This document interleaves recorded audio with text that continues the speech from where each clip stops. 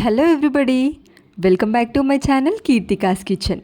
ఈరోజు వీడియోలో వంట రాని వాళ్ళు కూడా పర్ఫెక్ట్గా ఈజీగా ప్రిపేర్ చేసుకునే మటన్ కర్రీ చూపిస్తున్నానండి. రైస్, చపాతీ, జొన్న రొట్టెలోకి ఎందులోకైనా పర్ఫెక్ట్గా సెట్ అయ్యే ఈ మటన్ కర్రీ ఇంట్లోనే చాలా సింపుల్గా ప్రిపేర్ చేసుకునే ఈ మసాలా ఒక్కటి చేస్తే సరిపోతుంది.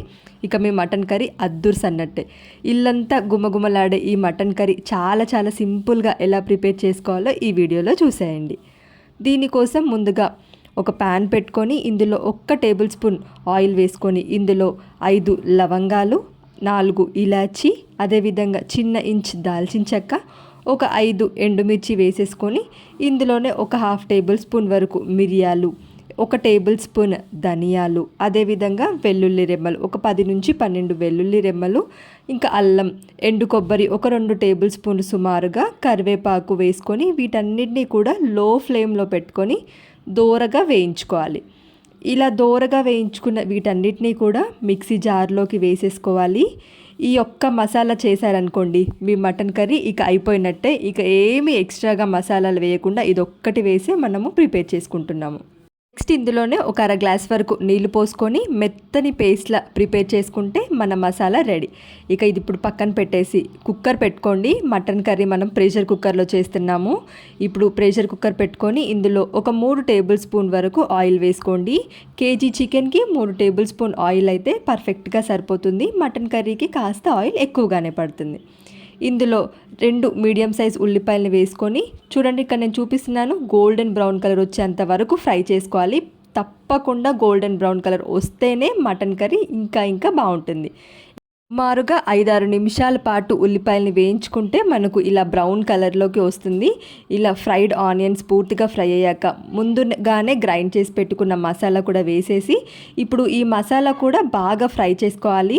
ఇందులో నుంచి ఆయిల్ సపరేట్ అయ్యేంత వరకు ఫ్రై చేసుకుంటూనే ఉండాలి. లో ఫ్లేమ్లో పెట్టుకొని మధ్య మధ్యలో కలుపుతూ ఫ్రై చేసుకోండి. ఇక్కడ చూపిస్తున్నాను చూడండి, ఈ విధంగా ఆయిల్ పైకి సపరేట్ అయ్యేంత వరకు ఫ్రై చేసుకున్న తర్వాత శుభ్రంగా నీట్గా వాష్ చేసి పెట్టుకున్న కేజీ మటన్ ఇందులో వేసేసుకోవాలి. ఇప్పుడు మటన్ వేసుకున్న తర్వాత ఇక ఈ మటన్ కూడా ఈ మసాలాలన్నీ కూడా పట్టే విధంగా లో ఫ్లేమ్లో పెట్టుకొని ఒక 2 నుంచి 3 నిమిషాల పాటు ఫ్రై చేసుకోవాలి. ఇలా ఒక 2 నుంచి 3 నిమిషాలు ఫ్రై చేస్తుంటే మనకు మటన్లో నుంచి నీళ్లు ఊరి ఇలా వాటర్ పైకి వస్తుంది. ఈ స్టేజ్లో ఇందులో టేస్ట్కి సరిపడా 1 టేబుల్ స్పూన్ సాల్ట్ వేసుకొని 1/2 టేబుల్ స్పూన్ పసుపు వేసుకొని ఇక ఈ ఉప్పు పసుపు అంతా కూడా కలిసే విధంగా చక్కగా కలుపు.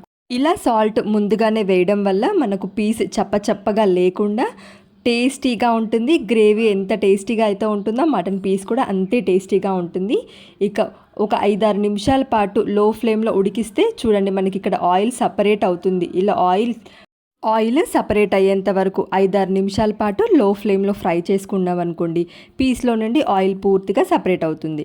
ఒకసారి చక్కగా కలుపుకొని ఇందులో ఇప్పుడు కారం వేసుకోవాలి.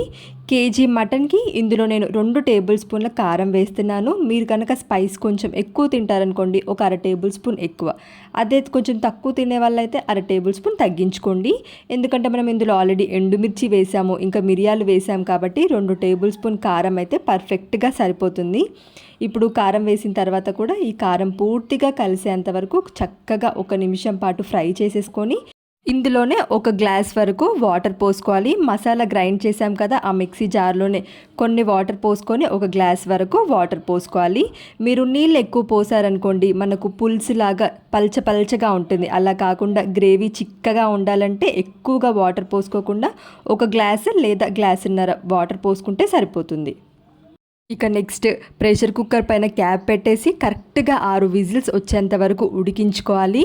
ఇప్పుడు పూర్తిగా ప్రెషర్ పోయిన తర్వాత మాత్రమే క్యాప్ తీసి ఒకసారి చెక్ చేసుకోండి. ఇప్పుడు పీస్ కనుక ఉడికిందనుకోండి సరిపోతుంది.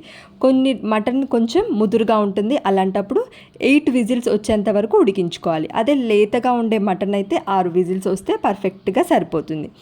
ఇలా 6 విజిల్స్ వచ్చి ప్రెషర్ పూర్తిగా పోయిన తర్వాత తీసి చూస్తే మనకు ఆయిల్ పైకి తేలి పీస్ చక్కగా ఉడికి గ్రేవీ కూడా చూడండి ఎంత థిక్గా ఉందో. ఇలా ప్రిపేర్ చేసుకున్న mutton curry gravy rice, chapati, జొన్న రొట్టెలోకి ఎందులోకైనా బాగుంటుంది.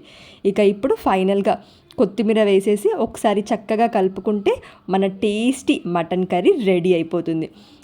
ఎక్కువగా పనేమీ లేకుండా జస్ట్ సింపుల్గా ఒక్క మసాలా ప్రిపేర్ చేసుకుంటే ఈ మటన్ కర్రీ ఎవరైనా ప్రిపేర్ చేసేసుకోవచ్చు. నేను ఇక్కడ గ్రేవీ కూడా చూపిస్తున్నాను చూడండి ఎంత థిక్గా వచ్చిందో. ఈ రెసిపీ కనుక నచ్చితే లైక్ చేసి ఇలాంటి మరిన్ని ఇంట్రెస్టింగ్ రెసిపీస్ కోసం ఛానల్ని సబ్స్క్రైబ్ చేయండి. Thank you for watching.